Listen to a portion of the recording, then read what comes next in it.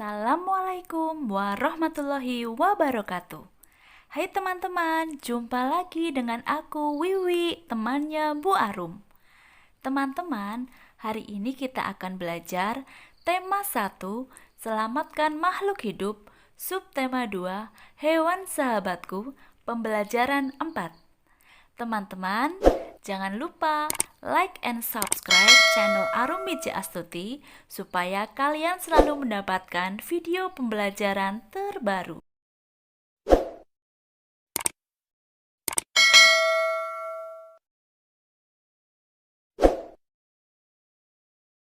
Teman-teman, hari ini kita akan belajar tentang pengamalan nilai sila keempat dalam kehidupan sehari-hari.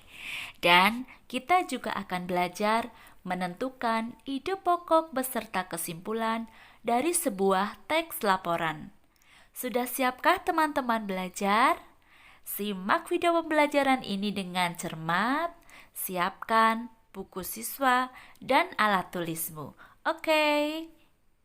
Teman-teman, pada pembelajaran yang lalu kita sudah mempelajari bahwa hewan yang berada di Asia Tenggara begitu banyak ragamnya. Serta kalian juga sudah memahami bagaimana cara perkembangbiakan hewan secara generatif. Teman-teman, ikan bandeng merupakan ikan pangan yang terkenal di Asia Tenggara.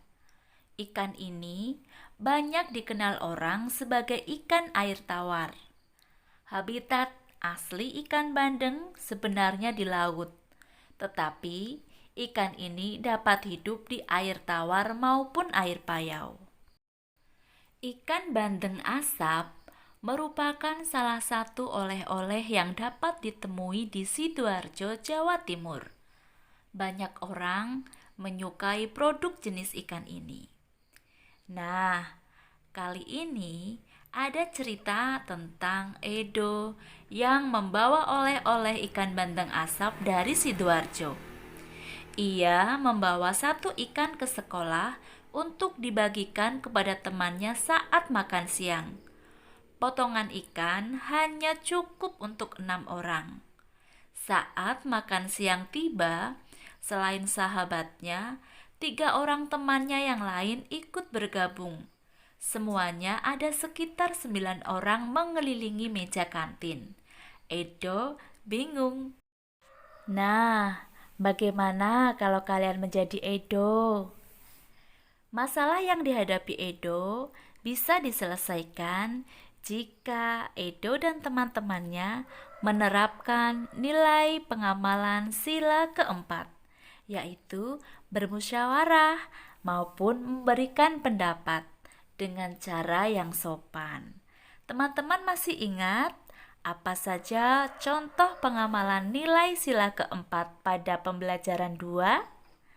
Mari kita ingat kembali pengamalan nilai sila keempat pada pembelajaran 2. Sila keempat, kerakyatan yang dipimpin oleh hikmat kebijaksanaan dalam permusyawaratan perwakilan, dilambangkan dengan kepala banteng. Teman-teman tahu kenapa dilambangkan dengan kepala banteng? Ya, karena hewan banteng selalu suka bergelombol, selalu mengelompok dengan kawanannya. Ini juga sama seperti pengamalan nilai sila keempat. Kita diharapkan selalu bersama-sama dengan anggota kelompok kita untuk memusyawarahkan jika terjadi masalah. Contoh pelaksanaan sila keempat adalah 1. Tidak memaksakan kehendak. 2. Bermusyawarah. 3. Mengutamakan kepentingan orang banyak. Dan yang keempat, menjalankan keputusan yang telah disepakati bersama. Teman, pengamalan nilai sila keempat dalam kehidupan sehari-hari sangat banyak. Apakah teman-teman bisa menyebutkan? Teman-teman, inilah contoh perilaku di sekolah yang sesuai dengan nilai sila keempat. Contohnya, 1. Mengikuti pemilihan ketua kelas dengan tertib. 2. Mendengarkan ketika teman menyampaikan pendapat. 3. Melakukan musyawarah untuk menentukan jadwal piket. 4. Melaksanakan hasil musyawarah kelas dengan penuh tanggung jawab. 5. Menghindari memaksakan pendapat saat musyawarah kelas. Contoh perilaku di lingkungan rumah yang sesuai dengan nilai sila keempat adalah 1. Melakukan musyawarah saat membagi tugas di rumah. 2. Menanggapi kritik dan saran anggota keluarga dengan sopan. 3. Menyampaikan pendapat disertai alasan yang masuk akal dan santun. 4. Menaati aturan yang telah dibuat oleh warga sekitar rumah. 5. Menghargai perbedaan pendapat antar warga di lingkungan rumah. Nah, demikian tadi pengamalan nilai sila keempat dalam kehidupan sehari-hari. Ingat ya teman-teman, tidak hanya untuk dihafalkan, tetapi harus benar-benar kalian terapkan dalam kehidupan sehari-hari. Teman-teman, jika kemarin kalian sudah belajar tentang menentukan ide pokok dan kesimpulan pada teks bacaan, hari ini kalian akan menentukan ide pokok dan kesimpulan dari laporan pengamatan yang dibacakan secara lisan oleh gurumu. Nah, bagaimana cara menentukan kesimpulan pada teks yang dibacakan? Yang pertama, mendengarkan teks yang dibacakan dengan sungguh-sungguh atau seksama. 2. Menemukan informasi penting yang terdapat pada teks. 3. Menghubungkan ide pokok dan informasi penting yang diperoleh menjadi satu pernyataan. Sebelum Wiwi bacakan laporan hasil pengamatannya, silahkan siapkan lembar kerja yang ada pada buku siswa. Pertama, kalian tentukan ide pokok pada paragraf 1 dan paragraf 2. Ayo, siapkan buku siswamu ataupun kertas untuk mencatat ide pokok pada paragraf pertama dan paragraf kedua. Dengarkan baik-baik ya. Paragraf 1. Bunglon. Bunglon adalah hewan reptil sejenis kadal kecil yang biasa hidup di pohon. Tampilannya mirip hewan purba.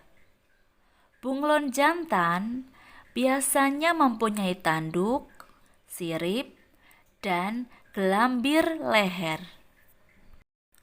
Wiwi lanjutkan ke paragraf kedua ya. Dengarkan baik-baik. Paragraf 2. Bunglon memiliki kemampuan untuk mengubah warna kulitnya. Bunglon tidak bisa berubah kulit ke semua warna, hanya ke warna-warna tertentu saja. Bagaimana? Apakah kalian sudah menemukan ide pokok pada kedua paragraf tersebut? Tuliskan ya pada buku siswamu. Jika kalian sudah menemukan ide pokok pada kedua paragraf laporan tersebut, jangan lupa tuliskan kesimpulanmu tentang pengamatan hewan bunglon. Nah teman-teman, selesai sudah pembelajaran kita hari ini. Hari ini, teman-teman sudah belajar tentang pengamalan nilai sila keempat Pancasila. Jangan lupa terapkan dalam kehidupan sehari-hari ya. Dan yang kedua, kalian juga sudah mempelajari bagaimana menemukan ide pokok dan membuat sebuah kesimpulan pada sebuah laporan pengamatan yang dibacakan. Oke, semoga pembelajaran kali ini membuat kalian semakin semangat belajar dari rumah. Jangan lupa like and subscribe channel Arum Widya Astuti supaya kalian selalu mendapatkan video pembelajaran terbaru. Wassalamualaikum warahmatullahi wabarakatuh.